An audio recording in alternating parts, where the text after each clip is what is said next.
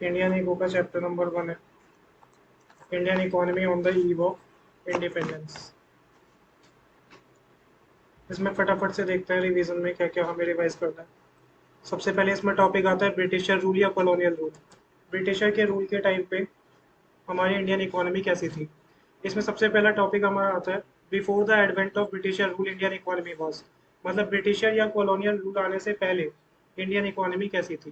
ठीक है, लिखना मत, सिर्फ समझते जाओ, नोट्स बाद में दे दूंगा। इंडियन इकोनॉमी ब्रिटिशर रूल से पहले प्रॉस्परस इकोनॉमी थी। तो इंडियन इकोनॉमी कॉलोनियल रूल से पहले प्रॉस्परस इकोनॉमी थी। प्रॉस्परस का मतलब इंडिपेंडेंट और सेल्फ रिलायंट इकोनॉमी थी। उसके अलावा इंडियन इकोनॉमी एग्रेरियन इकोनॉमी थी। एग्रेरियन इकोनॉमी का मतलब है कि जो मेन सोर्स ऑफ इनकम था वो लोगों का कहाँ से आता था, एग्रीकल्चर सेक्टर से आता था। थर्ड था well known handicraft industry. Colonial rule से पहले, ब्रिटिशर रूल से पहले इंडियन इंडस्ट्री का जो हैंडीक्राफ्ट इंडस्ट्री थी वो बहुत अच्छी थी। मतलब जो भी कपड़े वगैरह बनाए जाते थे वो हाथ से बनाए जाते थे, वेल नोन हैंडीक्राफ्ट इंडस्ट्री थी। ठीक है, तो ये है सबसे पहला टॉपिक बिफोर कॉलोनियल रूल, मतलब ब्रिटिशर या कॉलोनियल रूल आने से पहले इंडियन इकोनॉमी, नाम याद रखना, प्रॉस्परस थी, मतलब इंडिपेंडेंट सेल्फ रिलायंट। एग्रेरियन थी, मतलब मेन सोर्स ऑफ इनकम लोगों की कहाँ से आती थी, एग्रीकल्चर। और वेल नोन हैंडीक्राफ्ट इंडस्ट्री थी। उसके बाद नेक्स्ट टॉपिक आता है हमारा मोस्ट इंपॉर्टेंट टॉपिक है ड्यूरिंग ब्रिटिशर या colonial rule condition of agriculture. अब जब ब्रिटिशर्स आए या कॉलोनियल रूल जिसे हम कहते हैं, उसमें एग्रीकल्चर सेक्टर में स्टैग्नेशन आया था। क्या आया था? स्टैग्नेशन। ये क्वेश्चन में कई बार आता है। स्टैग्नेशन का मतलब होता है डाउनफॉल आया था। और इस डाउनफॉल के क्या क्या रीजंस थे। कौन से सेक्टर में आया था स्टैग्नेशन? एग्रीकल्चर सेक्टर में आया था। कौन से में आया था? एग्रीकल्चर सेक्टर में। और स्टैग्नेशन के डाउनफॉल के क्या क्या रीजंस थे। सबसे पहला है हमारा लैंड सेटलमेंट सिस्टम, जिसे हम जमींदारी सिस्टम भी कहते हैं, जिसके ऊपर एक मूवी भी आई थी, लगान मूवी, आमिर खान की। ये लैंड सेटलमेंट सिस्टम बेसिकली क्या होता था, जो भी फार्मर्स थे उनको जो लैंडलॉर्ड्स थे, ठीक है, जो जमींदार थे वो अपनी ज़मीन दिया करते थे यूज़ करने के लिए। और इस ज़मीन को यूज़ करके फार्मर्स एग्रीकल्चर किया करते थे। और एग्रीकल्चर करके जो भी इनकम आती थी फार्मर्स के पास, वो इनकम ये लैंडलॉर्ड्स ले लिया करते थे इन द फॉर्म ऑफ लगान। लगान को हम क्या कहते हैं आज की डेट में? टैक्स कहते हैं। तो इसे कहते हैं लैंड सेटलमेंट सिस्टम। अपनी ज़मीन देते थे लैंडलॉर्ड्स, जो ज़मीन के मालिक थे, फार्मर्स को। फार्मर्स उस पर खेती करते थे, और जो भी खेती करके इनकम आती थी वो टैक्स के फॉर्म में वापस कौन ले लेते थे? लैंडलॉर्ड्स ले लेते थे इन द फॉर्म ऑफ लगान। ठीक है, ये था लैंड सेटलमेंट सिस्टम। उसके अलावा कॉमर्शियलाइजेशन ऑफ एग्रीकल्चर। कॉमर्शियलाइजेशन का मतलब है कि क्रॉप्स को ग्रो करना मार्केट में सेल करने के लिए। अब देखो, एक क्रॉप्स हुआ करती थी पहले, फूड क्रॉप्स, कई बार एमसीक्यू में आता है। और एक दूसरी होती है कैश क्रॉप्स। फूड क्रॉप्स को ना मार्केट में सेल करके कम पैसा मिलता था।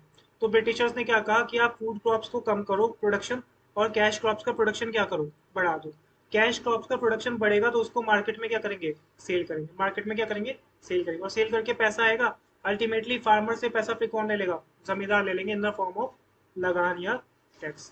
तो it means production of cash crops for sale rather than food crops for self consumption. Food crops क्या थी? सेल्फ कंजम्पशन के लिए होती थी। और कैश क्रॉप्स को मार्केट में सेल किया जाता था। ठीक है, कैश क्रॉप्स का एग्जांपल अगर आ जाए तो कॉटन, जूट, ये सब चीजें क्या है? हमारी कैश क्रॉप्स है। तो जो जमींदार थे वो फार्मर से क्यों कहते थे कैश क्रॉप्स को ग्रो करो? उसको मार्केट में फार्मर सेल करेगा, और फार्मर के पास जो पैसा आएगा वो इन द फॉर्म ऑफ लगान किसको मिल जाएगा? अल्टीमेटली, अल्टीमेटली जमींदार को मिल जाएगा। हेडिंग बिल्कुल डेटो याद कर लेना, अंदर का कंटेंट थोड़ा आगे पीछे चाहे चल जाएगा। फिर है लो लेवल ऑफ प्रोडक्टिविटी। ये पढ़ क्या रहे? एग्रीकल्चर सेक्टर में स्टेगनेशन या डाउनफॉल ड्यूरिंग द कॉलोनियल या britisher rule. Low level of productivity. अब कॉलोनियल या ब्रिटिशर रूल के टाइम पे इरिगेशन फैसिलिटी कम थी, फर्टिलाइजर्स वगैरह क्या थे? कम थे, जिस वजह से प्रोडक्टिविटी भी जमीन की क्या थी? कम थी। Low level of productivity. Fertilizer से, इरिगेशन फैसिलिटी वगैरह से तो क्या होता है? क्रॉप जल्दी ग्रो होती है। लेकिन उस टाइम पे फर्टिलाइजर और इरिगेशन फैसिलिटी नहीं थी, तो प्रोडक्टिविटी लो थी। नेक्स्ट है हमारा scarcity of investment. Large number of tenants, small farmers, neither had resources and technology nor had incentive to invest in the agriculture. अब कोई भी एग्रीकल्चर सेक्टर में इन्वेस्टमेंट करने के लिए रेडी नहीं था। ना तो बड़े बड़े लैंडलॉर्ड्स, ना ही बड़े बड़े किसान रेडी नहीं थे कि स्मॉल फार्मर्स की वो हेल्प करे एग्रीकल्चर सेक्टर में इन्वेस्टमेंट करके। इन्वेस्टमेंट कैसे? जैसे एग्रीकल्चर के लिए छोटे फार्मर्स को ट्रैक्टर दे दे, एग्रीकल्चर के लिए फर्टिलाइजर वगैरह प्रोवाइड करवा दे। तो कोई भी इनको हेल्प करने को रेडी नहीं था स्मॉल फार्मर्स को ड्यूरिंग द कॉलोनियल रूल। तो इन्वेस्टमेंट की क्या थी? कमी थी। तो जल्दी से हैंड टू हैंड इसे याद भी कर लो। कॉलोनियल रूल के टाइम पे या ब्रिटिशर रूल के टाइम पे एग्रीकल्चर सेक्टर में स्टेगनेशन था, डाउनफॉल था। क्या क्या रीजन थे? सबसे पहले ये तो अलग से आ जाता है कई बार, लैंड सेटलमेंट सिस्टम। दूसरा क्या था? Commercialisation of agriculture, food crops की जगह कैश क्रॉप्स ग्रो करके बेचो जिससे ज्यादा पैसा है। लो लेवल ऑफ प्रोडक्टिविटी क्योंकि फर्टिलाइजर इरिगेशन नहीं थे। और लास्ट है स्केर्सिटी ऑफ इन्वेस्टमेंट, कोई भी इन्वेस्टमेंट करने के लिए रेडी नहीं था, हेल्प करने के लिए रेडी नहीं था। नेक्स्ट आता है हमारा इंडस्ट्रियल सेक्टर। कॉलोनियल रूल के टाइम पे इंडस्ट्रियल सेक्टर की कंडीशन कैसी थी? तो पुअर कंडीशन थी of industrial sector during the colonial rule. जैसे वहां पर स्टेगनेशन था ना एग्रीकल्चर सेक्टर में, इसी तरह से इंडस्ट्रियल सेक्टर में भी क्या था? पुअर कंडीशन थी ड्यूरिंग कॉलोनियल रूल। सबसे पहले डिक्लाइन ऑफ हैंडीक्राफ्ट इंडस्ट्री, बहुत इंपॉर्टेंट है। अब हैंडीक्राफ्ट इंडस्ट्री को किस तरह से खराब किया था ब्रिटिशर्स ने? ब्रिटिशर्स इंडिया से रॉ मटेरियल लेते थे सस्ते रेट पे, और उस रॉ मटेरियल से फिनिश गुड्स बना के इंडिया को बेचते थे ज्यादा रेट पे। तो अपना रॉ मटेरियल बेच के ब्रिटिशर्स को जब इंडिया बेचता था उससे पैसे कम आते थे। एक तो यहाँ नुकसान हुआ। दूसरा क्या हुआ?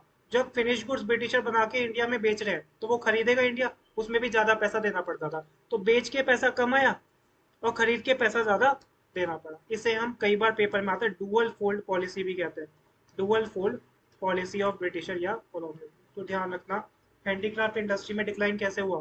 दो तरीके से हुआ। एक तो इंडिया का रॉ मटेरियल जो जाता था ब्रिटिशर्स में, ब्रिटिशर्स के पास, वो कम रेट पे जाता था, और वहां से फिनिश गुड्स जो खरीदते थे वो ज्यादा रेट पे खरीदते थे। तो Britain import raw material from India at cheaper rate, they use to sell finish goods to India at higher rate. उसके बाद adverse effect of decline of handicraft industry. अब देखो, पहले हैंडीक्राफ्ट इंडस्ट्री हुआ करती थी तो उस टाइम पे जो ये है लोग थे वो हाथ से कपड़ा बनाते थे, ठीक है ना। अब उसके बाद क्या हुआ कि मशीनों से ब्रिटिशर्स ने कपड़ा बनाना शुरू किया, और वो इंडिया में मशीनों से बना हुआ कपड़ा बेचना शुरू कर दिया। अब लेबर इंटेंसिव टेक्निक में क्या होता है कि हाथ से कपड़ा बनाएगा इंसान तो उसे एम्प्लॉयमेंट मिलेगी। लेकिन जब ब्रिटिशर्स इंडिया में मशीन से बना हुआ कपड़ा बेचते थे तो इंडिया में उसकी डिमांड बढ़ गई, और जो हाथ से लोग बनाते थे उसकी डिमांड क्या हो गई? कम हो गई, जिस वजह से अनएम्प्लॉयमेंट लेवल क्या हो गया? बढ़ गया। अनएम्प्लॉयमेंट लेवल क्या हो गया? बढ़ गया। और इंडिया की जो हैंडीक्राफ्ट इंडस्ट्री थी उसमें क्या हो गया था? डिक्लाइन हो गया था। तो डिक्लाइन की वजह से क्या हुआ था? एक तो अनएम्प्लॉयमेंट बहुत ज्यादा बढ़ गई थी, और जिस वजह से पीपल इंडस्ट्रियल सेक्टर से शिफ्ट कहाँ पे हुए थे? Agriculture sector.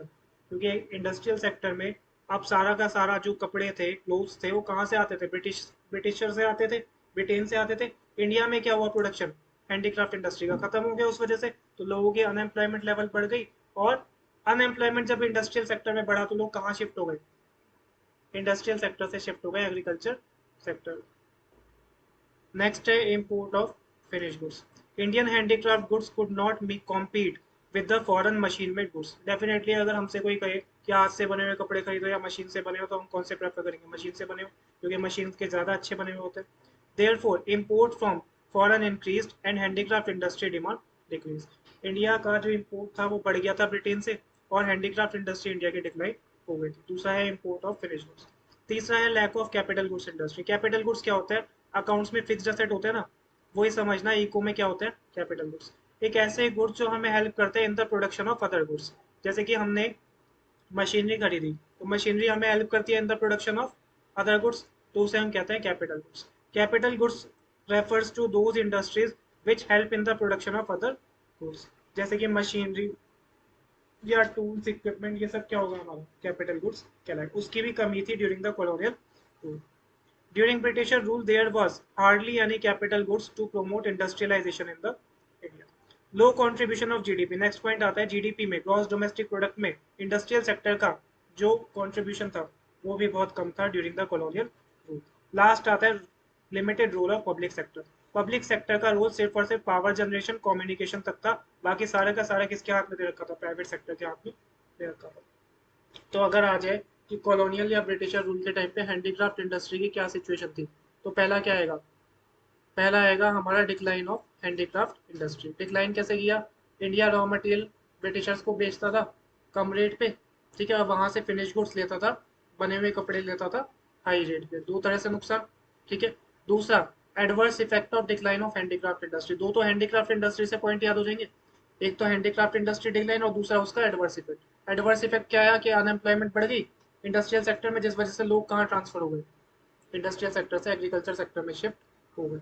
तीसरा, import of finish goods. India machine made goods क्या करने लगा? ब्रिटिशर से इंपोर्ट करने लगा। कैपिटल गुड्स इंडस्ट्री जो हेल्प करती है in the further production of other goods, वो भी क्या हो गई, कम थी, मशीनरी वगैरह अवेलेबल नहीं थी। लो कंट्रीब्यूशन टू जीडीपी, जीडीपी में जो इंडस्ट्रियल सेक्टर का कंट्रीब्यूशन था वो कम था। और limited role of public sector, public sector का रोल भी लिमिटेड था। कहाँ तक था, power generation, communication, ports etcetera. समझ आया। नेक्स्ट है, अब ये कुछ ईयर्स आ सकते हैं, ध्यान रखना। बैटल ऑफ प्लासी कब हुआ था, एमसीक्यू में कई बार आता है। बैटल ऑफ प्लासी हुआ था 1757। बैटल ऑफ प्लासी हुआ था 1757। फर्स्ट ऑफिशियल सेंसस 11th में पढ़ा होगा, 10 साल में सेंसस आता है। कोविड में 2021 में नहीं आ पाया था कोविड की वजह से, वैसे 10 साल में सेंसस आता है। पहला सेंसस कब आया था, 1881। तो साथ साथ याद कर लो, बैटल ऑफ प्लासी कब हुआ, 1757। फर्स्ट ऑफिशियल सेंसस कब आया, 1881। मोस्ट इंपॉर्टेंट है 1921। ईयर ऑफ ग्रेट डिवाइड कब आया, 1921। ईयर ऑफ ग्रेट डिवाइड आया 1921। उसके बाद नेक्स्ट टॉपिक देखो, demographic condition during the colonial rule. अभी हमने कौन सी देखी, एग्रीकल्चरल कंडीशन और इंडस्ट्रियल कंडीशन। अब कौन से सेक्टर की, demographic condition. Demographic condition colonial या ब्रिटिश रूल के टाइम पे कैसी थी, ये भी खराब थी। हाई बर्थ रेट था और हाई डेथ रेट था। बर्थ रेट का मतलब क्या होता है, एक साल में कितने बच्चों का बर्थ हो रहा है डिवाइडेड बाय 1000। एक साल में कितने बच्चों का बर्थ हो रहा है divided by 1000। Number of children born पर 1000 इन अ ईयर। ब्रिटिशर रूल के टाइम पे जो बर्थ रेट था वो 48 पर 1000 था। कितना था, याद कर लेना, 48 पर 1000। और डेथ रेट क्या होता है, कितने लोगों की डेथ हो रही है, कितने बच्चों की डेथ हो रही है एक साल में डिवाइडेड बाय 1000। उसमें बर्थ, यहाँ पर death. Number of people dying per 1000 in a year, ये कितना था, ये था 40 पर 1000। उसके अलावा डेमोग्राफिक कंडीशन क्या थी, एक्सट्रीमली लो लिटरेसी रेट था। लिटरेसी रेट मतलब कितने लोग पढ़े लिखे थे, तो लिटरेसी रेट क्या था, बहुत कम था। सिर्फ 16% टोटल लिटरेसी रेट था, जिसमें से फीमेल का तो सिर्फ कितना था, 7% लिटरेसी रेट था। लिटरेसी रेट कम था। Demographic condition during the colonial rule 16% था, जिसमें से फीमेल का सिर्फ कितना था, 7%। Poor health facility, health facility क्या थी, बहुत कम थी, जिस वजह से वाटर बॉर्न डिसीजेस, जैसे कि वाटर बॉर्न डिसीजेस कौन सी होती है, टाइफाइड वगैरह, जो पानी, खराब पानी पीने से होती है। एयर बॉर्न डिसीजेस जैसे टीबी वगैरह हो गया, ट्यूबरक्लोसिस या लंग्स में इंफेक्शन, ये बहुत ज़्यादा थे। हेल्थ फैसिलिटी पुअर थी। अब ये पॉइंट बहुत इंपॉर्टेंट है, IMR, infant mortality rates high था। कई बार आ जाता है आईएमआर, इन्फेंट मोर्टेलिटी रेट होता क्या, किसी चिल्ड्रन का बर्थ हुआ और उसकी 1 साल की एज होने से पहले ही उसकी डेथ हो गई। किसी भी बच्चे का बर्थ हुआ और उसकी 1 साल की एज होने से पहले ही डेथ हो गई, उसे कहते हैं इन्फेंट मोर्टेलिटी रेट। तो infant mortality rate means number of child dying before completing the age of 1 year. 1 साल की एज होने से पहले जितने बच्चों की डेथ हो गई पर 1000 live birth in year divided by 1000, ये हमारा क्या था, इन्फेंट मोर्टेलिटी रेट। 2022 का डेटा बुक में दे रखा, 27% था infant mortality rate. Demographic condition में नेक्स्ट पॉइंट आता है हमारा, low life expectancy. Life expectancy का मतलब क्या होता है कि average number of years a person is expected to live, कि एवरेज बेसिस पे कोई भी इंसान की जो एज है वो कितनी होगी, कितने साल तक इंसान जिंदा रहेगा, उसे कहते हैं लाइफ एक्सपेक्टेंसी। ये लाइफ एक्सपेक्टेंसी भी क्या थी, कम थी। लाइफ एक्सपेक्टेंसी भी क्या थी, कम थी। कॉलोनियल रूल के टाइम पे लाइफ एक्सपेक्टेंसी एवरेज बेसिस पे सिर्फ 32 ईयर्स थी। लोग कितने साल तक जिंदा रहते थे, 32 ईयर्स की एज तक जिंदा रहते थे। वाइड स्प्रेड पॉवर्टी, इसमें लिख लेना कि during the colonial rule poverty मतलब गरीबी क्या थी, बहुत ज्यादा थी। इन्फेंट मोर्टेलिटी रेट भी बहुत ज्यादा था। ठीक है, लो लाइफ एक्सपेक्टेंसी थी, मतलब लाइफ एक्सपेक्टेंसी कितनी थी, 32 ईयर्स थी एवरेज बेसिस पे। वाइड स्प्रेड पॉवर्टी थी। तो अगर आ जाए कि demographic condition during colonial rule कैसी थी, तो डेमोग्राफिक कंडीशन भी खराब थी, बर्थ रेट भी हाई था और डेथ रेट भी हाई था। दूसरा, लिटरेसी रेट कम था, 16% टोटल, और फीमेल लिटरेसी था 7%। हेल्थ फैसिलिटी क्या थी, पुअर हेल्थ फैसिलिटी थी। इन्फेंट मोर्टेलिटी रेट, बच्चे का बर्थ हो गया लेकिन वो 1 साल की एज होने से पहले ही डेथ हो गई, वो क्या था, बहुत ज़्यादा था। और 2022 का डेटा दे रखा है उसमें 27% था। लाइफ एक्सपेक्टेंसी कम थी, एवरेज लाइफ एक्सपेक्टेंसी कितनी थी, 32 ईयर्स की थी ड्यूरिंग कॉलोनियल रूल, और वाइड स्प्रेड पॉवर्टी थी। उसके बाद लास्ट टॉपिक हमारे यहाँ पे आता है ऑक्यूपेशनल स्ट्रक्चर। कॉलोनियल रूल या ब्रिटिशर रूल के टाइम पे ऑक्यूपेशनल स्ट्रक्चर कैसा था, तो सबसे पहले ऑक्यूपेशनल स्ट्रक्चर का मतलब होता है distribution of persons between the different sectors of economy. 3 sector होते हैं, सोशल स्टडीज में पढ़ा होगा, प्राइमरी, सेकेंडरी और टर्शियरी सेक्टर। प्राइमरी सेक्टर क्या होता है, एग्रीकल्चर सेक्टर होता है। सेकेंडरी सेक्टर क्या होता है, इंडस्ट्रियल सेक्टर होता है। और टर्शियरी सेक्टर क्या होता है, सर्विस सेक्टर होता है। तो कॉलोनियल रूल के टाइम पे प्राइमरी सेक्टर, सेकेंडरी सेक्टर और टर्शरी सेक्टर में कितने कितने लोग लगे थे, ये हमें कौन बताता है, ऑक्यूपेशनल स्ट्रक्चर बताता है। अब देखो कॉलोनियल रूल या ब्रिटिशर रूल के टाइम पे ऑक्यूपेशनल स्ट्रक्चर की कंडीशन कैसी थी। सबसे पहले pre dominance of primary sector. Colonial rule के टाइम पे या ब्रिटिशर रूल के टाइम पे डोमिनेटिंग सेक्टर कौन सा था, एग्रीकल्चर सेक्टर था। मतलब मैक्सिमम लोग कौन से सेक्टर में वर्क कर रहे थे, agriculture sector. During colonial rule 75% of the work force was engage in the primary sectors. Total work force का 75% किस में लगे थे, प्राइमरी सेक्टर में लगे हुए थे, ठीक है। 10% वर्क फोर्स किस में थी, सेकेंडरी सेक्टर, और बची हुई 15% किस में थी, टर्शियरी सेक्टर, ठीक है।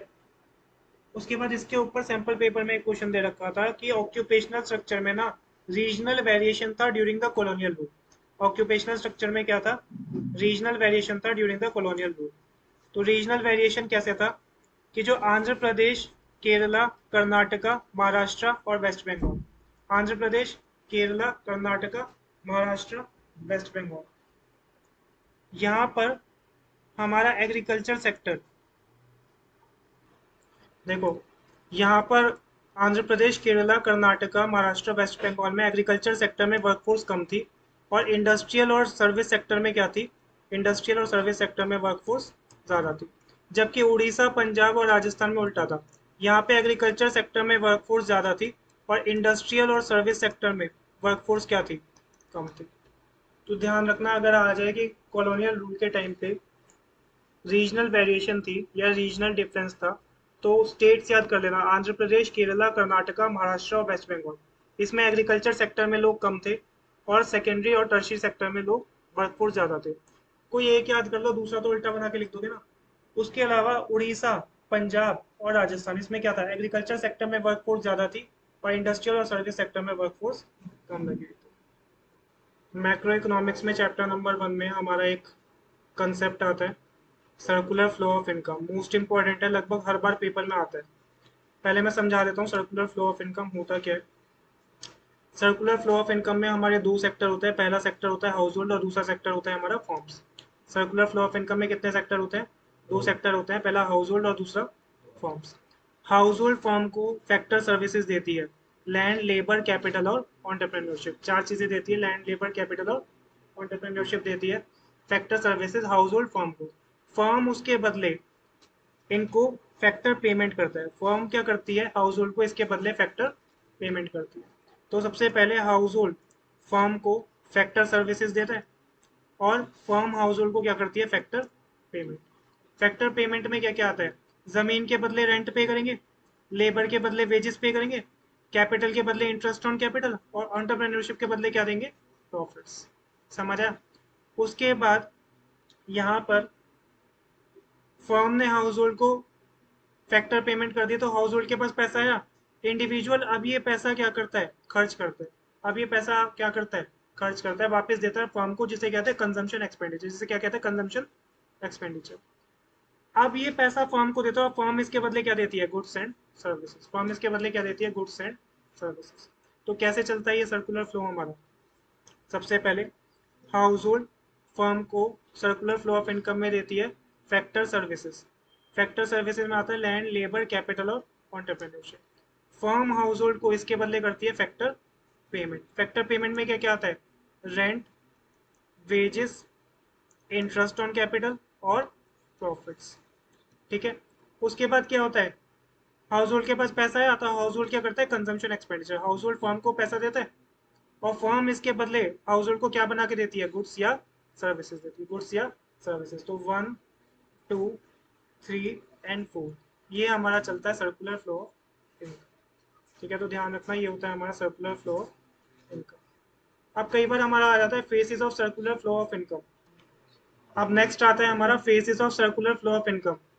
तीन फेजेस होते हैं सर्कुलर फ्लो ऑफ इनकम के, एमसीक्यू में भी आ जाता है। तीन फेजेस कौन कौन से होते हैं, जनरेशन, सही बताया था, डिस्ट्रीब्यूशन और डिस्पोजिशन। सीक्वेंस में याद रखना, जनरेशन, डिस्ट्रीब्यूशन और डिस्पोजिशन। जनरेशन फेज में क्या होता है, जो फर्म्स है वो गुड्स और सर्विसेज को प्रोड्यूस करती है। हमने देखा था कि फैक्टर सर्विसेज देते हैं land, labour, capital, entrepreneurship. House hold firm को देती है ना, फर्म उससे क्या करती है, गुड्स और सर्विसेज का प्रोडक्शन करती है। डिस्ट्रीब्यूशन फेज में क्या होता है, फैक्टर इनकम। अब फैक्टर सर्विसेज के बदले फर्म हाउस होल्ड को रेंट, वेजेस, इंटरेस्ट और प्रॉफिट देती है ना, ये क्या होता है हमारा डिस्ट्रीब्यूशन फेज, कि जो फर्म है वो फैक्टर इनकम दे रही है किसको, फैक्टर पेमेंट कर रही है मतलब किसको, हाउस होल्ड को। और तीसरा है डिस्पोजिशन फेज। अब डिस्पोजिशन फेज क्या होता है, जो पैसा हाउस होल्ड के पास आया था उसको वो क्या कर रहा था, कंजम्पशन एक्सपेंडिचर स्पेंड कर रहा था गुड्स सर्विसेज खरीदने के लिए, उसे कहते हैं डिस्पोजिशन फेज। तो ध्यान रखना, जनरेशन फेज, फेज नंबर 1 में क्या होता है, गुड्स और सर्विसेज फर्म प्रोड्यूस करती है जो फैक्टर सर्विसेज मिले थे उससे। डिस्ट्रीब्यूशन फेज में क्या होता है, फैक्टर पेमेंट करती है फर्म किसको, हाउस होल्ड को फैक्टर पेमेंट करती है। और डिस्पोजिशन फेज में क्या होता है, जो भी पैसा हाउस होल्ड के पास आता है उससे वो कंजम्पशन एक्सपेंडिचर करता है, मतलब उसको खर्च करता है, स्पेंड करता है for the purchase of goods और सर्विसेज। नेक्स्ट कंसेप्ट आता है हमारा स्टॉक और फ्लो का। ठीक है, इसका डिफरेंस कई बार आ जाता है स्टॉक और फ्लो का। स्टॉक एक ऐसा वेरिएबल होता है जिसे हम मेजर करते हैं at a particular point of time. कोई भी ऐसा वेरिएबल जिसको मेजर कर रहे हैं कब, एक पर्टिकुलर पॉइंट ऑफ टाइम पे, जैसे कि 31 मार्च को कर रहे हैं, बैलेंस शीट बना रहे हैं। या सपोज करो हम, कोई प्रोजेक्ट है जिसे हमें 20 फरवरी, 20 फरवरी को चेक करना है, किसी पर्टिकुलर डेट पे चेक करना है, उसे हम क्या कहेंगे, स्टॉक कंसेप्ट। फ्लो होता है हमारा एक ऐसा variable which is measured over a period of time, जिसे हम पूरे साल मेजर करते हैं, वो हमारा क्या होता है, फ्लो। जैसे इंडिया की पॉपुलेशन पूरे साल बढ़ रही है घट रही है, वो क्या कहलाएगा, हमारा फ्लो कंसेप्ट। लेकिन इंडिया की पॉपुलेशन 31 मार्च के दिन कितनी है, वो क्या कहलाएगा, स्टॉक कंसेप्ट। नेक्स्ट है, stock concept does not have time dimension. Time dimension का मतलब होता है टाइम का डिफरेंस। स्टॉक तो एक दिन की बात करता है, ठीक है, तो स्टॉक में कोई भी टाइम डिफरेंस या टाइम डायमेंशन नहीं होता है। लेकिन फ्लो में क्या होता है, टाइम डायमेंशन या टाइम डिफरेंस होता है। 1 मार्च को कोई अलग डेटा होगा, पॉपुलेशन ज़्यादा कम होगी। फिर 10 फरवरी को पॉपुलेशन ज़्यादा कम होगी। 5 जनवरी को भी क्या होगी, ज़्यादा कम होगी। तो यहाँ पर टाइम डायमेंशन होता है। As for stock, as for static, static का मतलब होता है फिक्स्ड, स्टैटिक का मतलब होता है फिक्स्ड। तो स्टॉक हमारा क्या होता है, स्टैटिक कंसेप्ट होता है, जबकि फ्लो हमारा क्या होता है, डायनामिक कंसेप्ट होता है। ध्यान रखना, स्टॉक जो है वो स्टैटिक और फ्लो है डायनामिक। पॉपुलेशन 31 मार्च 2018 को किसका एग्जांपल होगा, स्टॉक का। लेकिन नंबर ऑफ बर्थ ड्यूरिंग 2018, 2018 में पूरे साल कितने बच्चों का बर्थ हुआ, वो क्या कहलाएगा, हमारा फ्लो कंसेप्ट। एक दिन देखेंगे तो स्टॉक, और पूरे साल का देखेंगे तो फ्लो। रियल फ्लो होता है जिसमें हमारा फ्लो होता है गुड्स और सर्विसेज का। किसका फ्लो होता है, गुड्स और सर्विसेज का।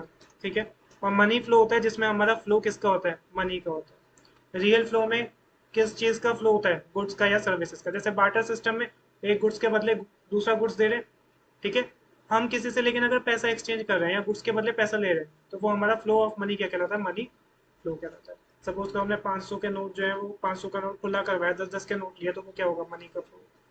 Kind of exchange, real flow में किस चीज का एक्सचेंज होगा, या तो गुड्स का या सर्विसेज का। मनी फ्लो में किसका एक्सचेंज होगा, एक्सचेंज ऑफ मनी। अब बार्टर सिस्टम की डिफिकल्टी किस में आएगी, रियल फ्लो में या मनी फ्लो में। डिफिकल्टी आएगी बार्टर सिस्टम की रियल फ्लो में, क्योंकि एक गुड्स के बदले क्या कर रहे हैं, दूसरे गुड्स को एक्सचेंज कर रहे हैं। और बार्टर सिस्टम, बार्टर में एक की जगह दूसरा करते था। बार्टर सिस्टम की डिफिकल्टी मनी फ्लो में आएगी क्या, नहीं आएगी, no such difficulty. Real flow का दूसरा नाम है फिजिकल फ्लो, और मनी फ्लो का दूसरा नाम है नॉमिनल फ्लो। आ जाता है कई बार। कैसे याद करोगे, अल्फाबेटिकल IJKL MM, एम के बाद एन आता है, तो मनी फ्लो का दूसरा नाम नॉमिनल फ्लो, और रियल फ्लो का दूसरा नाम फिजिकल फ्लो। ठीक है, कई बार पेपर में आता है फाइनल गुड्स और इंटरमीडिएट गुड्स के बीच का डिफरेंस। फाइनल गुड्स ये वो होते हैं जो या तो हम कंजम्पशन के लिए यूज करते हैं या फिर इन्वेस्टमेंट के लिए, या तो कंज्यूम करते हैं या फिर इन्वेस्ट करते हैं। जैसे कि सपोज करो किसी हाउस होल्ड ने मिल्क खरीदा या कर्ड खरीदी, तो वो उसको आगे रीसेल थोड़ी कर रहा है, वो तो उसको क्या करेगा, सेल्फ कंज्यूम करेगा। या फिर कार परचेज करी एज एन इन्वेस्टमेंट, जैसे कि ये ओला उबर वाले कार परचेज करते हैं ना इन्वेस्टमेंट पर्पज के लिए, तो ये भी इनके लिए क्या होगा, फाइनल गुड्स हो जाएगा। इंटरमीडिएट गुड्स वो होते हैं जो या तो रीसेल के लिए यूज होते हैं या फिर फर्दर प्रोडक्शन के लिए, या तो रीसेल के लिए या फर्दर प्रोडक्शन। जैसे किसी डेयरी शॉप वाले ने मिल्क खरीदा, उससे वो कर्ड, पनीर ये सब बना के बेचेगा, तो डेयरी शॉप वाले के लिए वो सेम मिल्क क्या कहलाएगा, इंटरमीडिएट गुड्स। ठीक है, कोल जो फैक्ट्री में यूज हो रहा है फर्दर प्रोडक्शन के लिए, अब मशीनरी वगैरह में कोल डाला जाता है, पेट्रोल डीजल भी डाला जाता है, तो ये सब जो यूज हो रहा है फैक्ट्री में, ये भी क्या है, इंटरमीडिएट गुड्स। तो फाइनल गुड्स कंजम्पशन या इन्वेस्टमेंट के लिए, और इंटरमीडिएट गुड्स रीसेल या फर्दर प्रोडक्शन के लिए। नेशनल इनकम कैलकुलेट करते हैं ना, और डोमेस्टिक इनकम भी करते हैं, तो जो फाइनल गुड्स है वो नेशनल इनकम और डोमेस्टिक इनकम दोनों में इंक्लूड होंगे।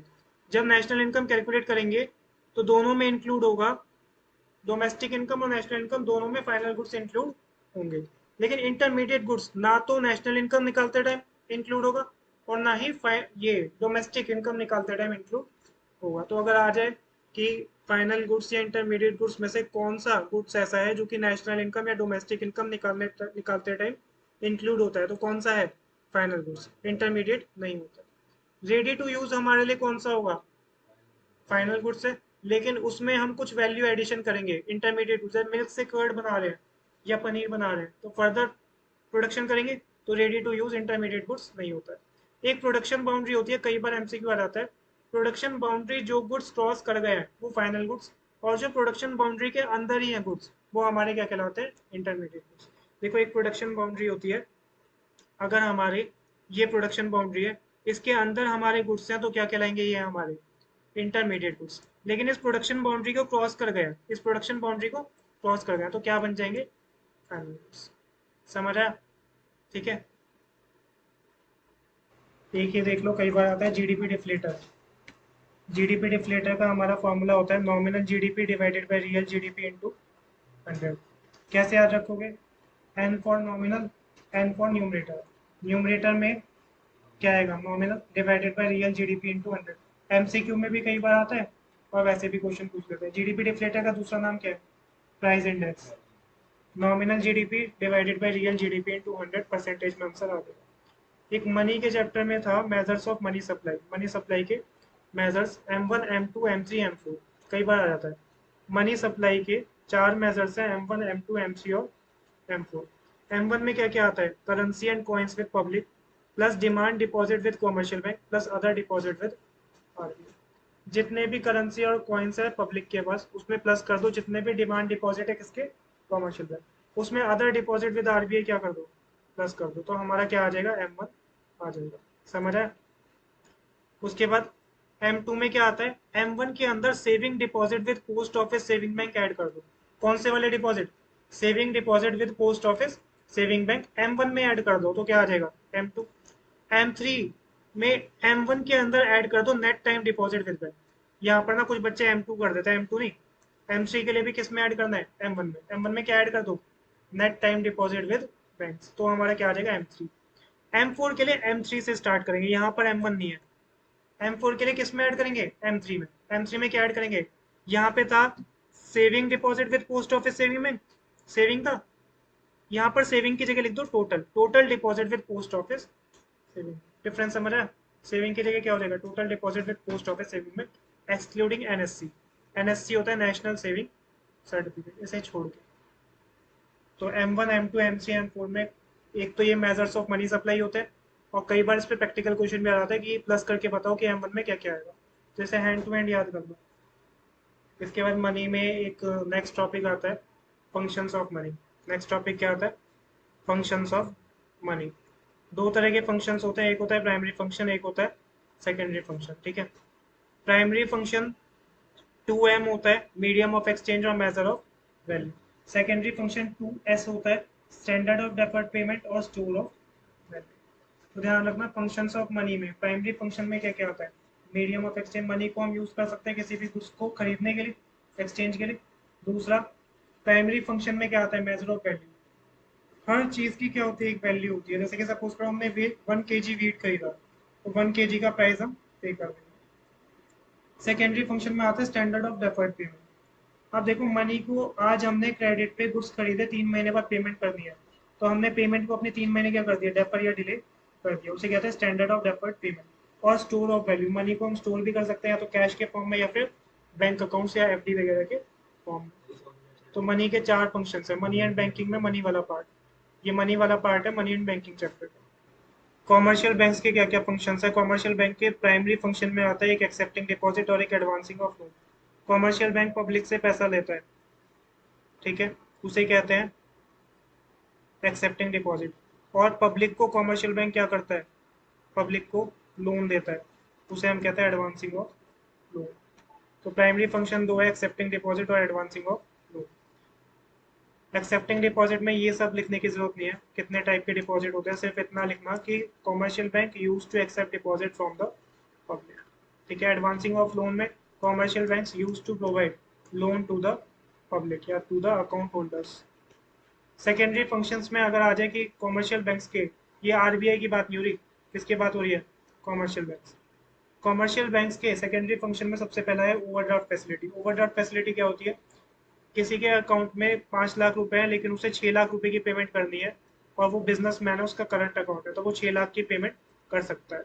जो 1 लाख रुपए उसने एक्स्ट्रा पे करे बाद में वो बैंक को क्या करेगा, फिर इंटरेस्ट रीपे कर देगा, उसे कहता है ओवरड्राफ्ट फैसिलिटी। दूसरा है discounting of bills of exchange. Bills of exchange को हम बैंक से विड्रॉ करा, वो डिस्काउंट करा देते हैं। ठीक है, बिल्स ऑफ एक्सचेंज को बैंक से डिस्काउंट करा सकते हैं। नेक्स्ट है कॉमर्शियल बैंक के एजेंसी फंक्शन। सेकेंडरी फंक्शन में सबसे पहले क्या होता है? ओवरड्राफ्ट फैसिलिटी या discounting of bills of exchange. अगर आ जाए कॉमर्शियल बैंक के एजेंसी फंक्शंस बताओ, तो एजेंसी फंक्शन में ट्रांसफर ऑफ फंड्स। अगर हमें एक जगह से दूसरी जगह फंड्स को ट्रांसफर करना है तो हम बैंक के अकाउंट के थ्रू तो कर सकते हैं ना, चाहे पेटीएम चाहे ऑनलाइन डेबिट क्रेडिट जो होता है। Collection and payment of various item. Suppose करो हमने किसी कंपनी के शेयर्स खरीदे हैं और शेयर्स के ऊपर हमें डिविडेंड मिलना है, तो डिविडेंड भी कहाँ पे आएगा? बैंक अकाउंट में आएगा। सपोज करो हमने रेंट पे बिल्डिंग दे रखी है, तो रेंट भी हमारा कहाँ पे आ जाएगा? बैंक अकाउंट में आ सकता है। तो collection and payment of various item. Purchase and sale of foreign exchange. अगर हम एक्सपोर्ट इम्पोर्ट का बिजनेस कर रहे हैं तो फॉरेन एक्सचेंज में पेमेंट होगी। ठीक है, तो purchase and sale of foreign exchange ये भी हमारा क्या होता है? बैंक के थ्रू ट्रांजेक्शन होती है। उसके बाद purchase and sale of security. कोई शेयर्स खरीदने बेचने हैं तो वो भी पैसा कहाँ से आएगा जाएगा? कॉमर्शियल बैंक के अकाउंट से ही हमारे जाता है। Income tax consultancy. कभी कभी बैंक्स जो है ना इनकम टैक्स की कंसल्टेंसी भी दे देते हैं। जैसे आज की डेट में 12 लाख तक के इनकम पे कोई टैक्स नहीं है, प्रोवाइडेड कुछ डिडक्शंस होती है, वो अगर हम क्लेम ना करें। तो अगर किसी को नहीं पता है तो वो बैंक अकाउंट होल्डर्स क्या करेंगे? प्रोवाइड कर देंगे, बता देंगे। उसके बाद कॉमर्शियल बैंक के कुछ आते हैं general utility functions. Commercial bank के नेक्स्ट फंक्शंस आते हैं जनरल यूटिलिटी। अब बैंक्स जो है वो लॉकर फैसिलिटी प्रोवाइड करते हैं कि अगर कोई वैल्यूएबल आर्टिकल है, गोल्ड वगैरह, तो हम लॉकर में रख लें। ठीक है, यहाँ देख लो आप पहले। एक होता है ट्रैवलर्स चेक।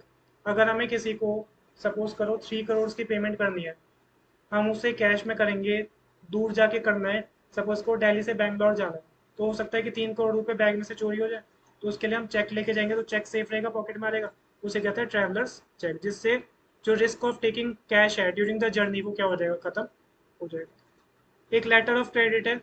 कस्टमर्स को ना बैंक सिबिल स्कोर सुना होगा, होता है ना, कि लेटर ऑफ क्रेडिट वही होता है कि क्रेडिट वर्दीनेस बताता है कि हमारा कौन सा जो कस्टमर है वो पेमेंट कर भी पाएगा या नहीं कर पाएगा, जिसके बेसिस पे लोन बैंक देगा।